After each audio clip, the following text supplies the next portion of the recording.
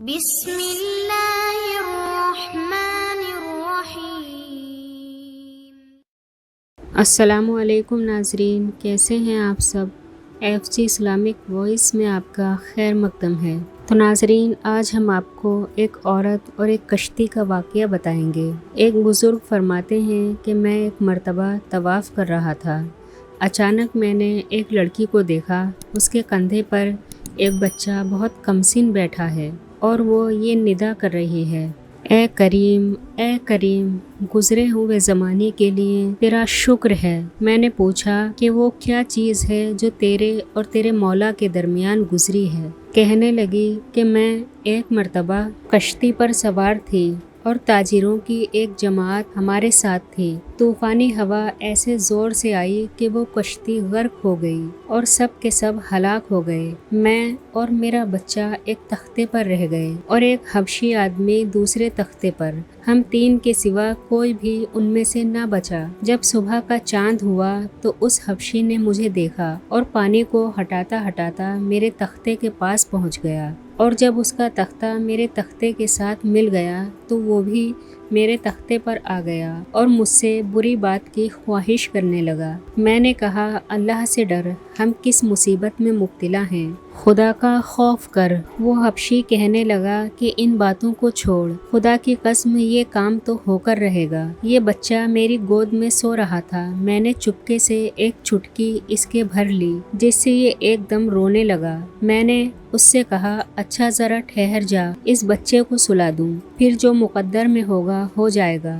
لیکن اس حبشی نے میرے بچے کی طرف ہاتھ بڑھا کر اس کو سمندر میں پھینک دیا۔ میں نے اللہ پاک سے کہا، اے وہ پاک ذات جو آدمی کے اور اس کے دلی ارادے میں بھی حائل ہو جاتی ہے، میرے اور اس حبشی کے درمیان تو ہی اپنی طاقت اور قدرت سے جدائی کر دے۔ بے شک تو ہر چیز پر قادر ہے۔ خدا کی قسم میں ان الفاظ کو پورا بھی نہ کرنے پائی تھی کہ سمندر سے ایک بہت بڑے جانور نے منہ کھولے ہوئے سر نکالا اور اس حبشی کا ایک لقمہ بنا کر سمندر میں واپس چلا گیا، اور مجھے اللہ جل شانہ نے محض اپنی طاقت اور قدرت سے اس حبشی سے بچایا۔ وہ ہر چیز پر قادر ہے، پاک ہے، وہ بڑی شان و عظمت والا ہے۔ اس کے بعد سمندر کی موجیں مجھے تھپیڑتی رہیں، یہاں تک کہ وہ تختہ ایک جزیرے کے کنارے سے لگ گیا۔ میں وہاں اتر پڑی اور یہ سوچتی رہی کہ یہاں گھاس کھاتی رہوں گی، پانی پیتی رہوں گی، جب تک اللہ جل شانہ کوئی سہولت کی صورت پیدا کرے۔ اللہ ہی کی مدد سے کوئی صورت ہو سکتی ہے۔ 4 دن مجھے اس جزیرے میں گزر گئے۔ 5ویں دن مجھے ایک بڑی کشتی سمندر میں چلتی ہوئی نظر آئی۔ میں نے ایک ٹیلے پر چڑھ کر اس کشتی کی طرف اشارہ کیا اور ان لوگوں نے مجھے دیکھ لیا، اور ان میں سے 3 آدمی ایک چھوٹی سی ناؤ پر بیٹھ کر میرے پاس آئے۔ میں ان کے ساتھ اس ناؤ پر بیٹھ کر اس کشتی پر پہنچی تو میرا یہ بچہ جس کو حبشی نے سمندر میں پھینک دیا تھا ان میں سے ایک آدمی کے پاس تھا۔ میں اس کو دیکھ کر اس پر گر پڑی، میں نے اس کو چوما، گلے سے لگایا اور میں نے کہا، یہ میرا بچہ ہے، یہ میرے جگر کا ٹکڑا ہے۔ وہ کشتی والے کہنے لگے، تو پاگل ہے، تیری عقل ماری گئی ہے۔ میں نے کہا، نہ میں پاگل ہوں، نہ میری عقل ماری گئی ہے، میرا عجیب قصہ ہے۔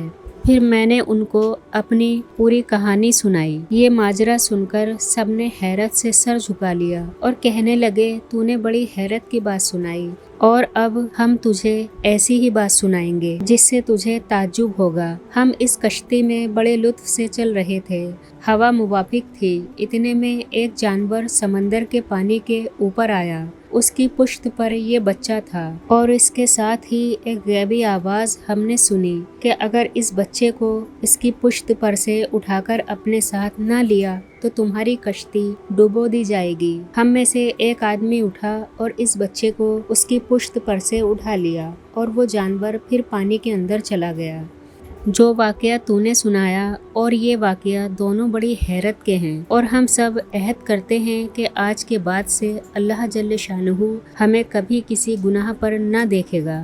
اس کے بعد ان سب نے توبہ کی، اور وہ پاک ذات میرا رب کتنا مہربان ہے، بندوں کے احوال کی خبر رکھنے والا ہے، بہترین احسانات کرنے والا ہے، اور وہ پاک ذات مصیبت زدوں کی مصیبت کے وقت مدد کرنے والا ہے۔ بے شک ہمارا پروردگار ہمیں ہر مشکل سے نکالنے پر قدرت رکھتا ہے، وہ تمام جہانوں کا پالنے والا ہے، وہ کل کائنات کا مالک ہے۔ ہمیں ہر حال میں اللہ ہی سے مدد مانگنی چاہیے اور اس کی ذات پر، اس کے انصاف پر بھروسہ رکھنا چاہیے۔ بے شک ہمارا پروردگار اپنے بندوں کو کبھی مایوس نہیں کرتا۔ اللہ رب العزت ہمیں دعائیں مانگنے کی توفیق عطا فرمائے اور تمام مصیبتوں سے ہمیں نجات نصیب فرمائے، آمین۔ تو آج کے لیے بس اتنا ہی، انشاءاللہ اگلی ویڈیو میں پھر حاضر خدمت ہوں گے۔ اللہ حافظ۔ چینل کو سبسکرائب کریں، ویڈیو کو لائک اور شیئر کرنا نہ بھولیں۔